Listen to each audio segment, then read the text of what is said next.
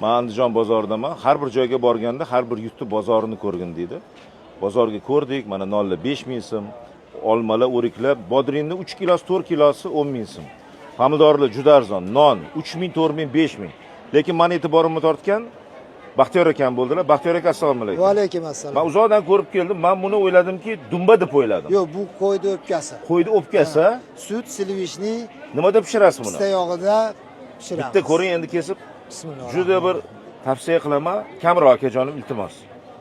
Oho, yumshoq, ozgina kesib bering. Olavering. Yo'q, ozgina, iltimos. Rahmat. Buni menga yegunimcha gapirib bering, qani? Bunga sut, silivishni pista yog'i solib quyib pishiramiz. Mazasi ozgina pishloqqa o'xshaydi. Juda yumshoq pishloq. Juda yoqimli. Xo'p, buningiz nech pul?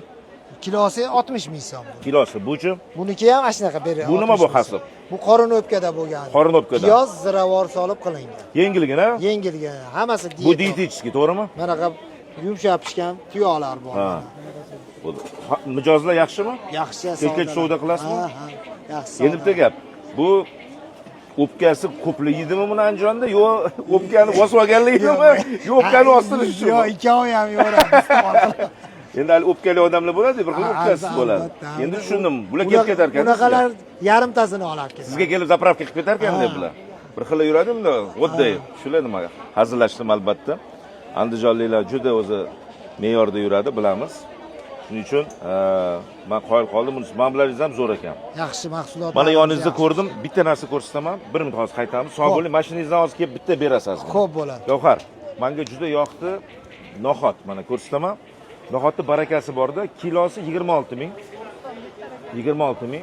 Lekin mana xorij onalar olib, pishirib, qovurib, buni bitta no'xatingizni ko'rsating. Mana.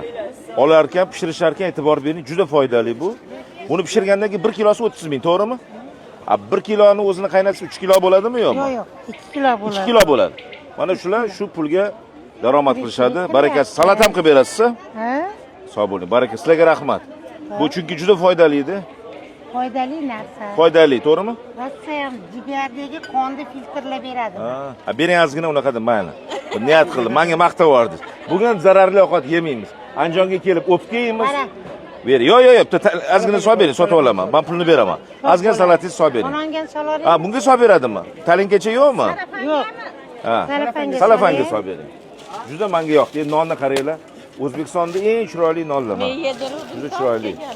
Juda chiroyli. Bu bozorlarning har birini o'zini fayzi bor, o'zini barakasi bor. Mana hozir ozgina shuni yeb ko'ramiz. Har bir joyga borgan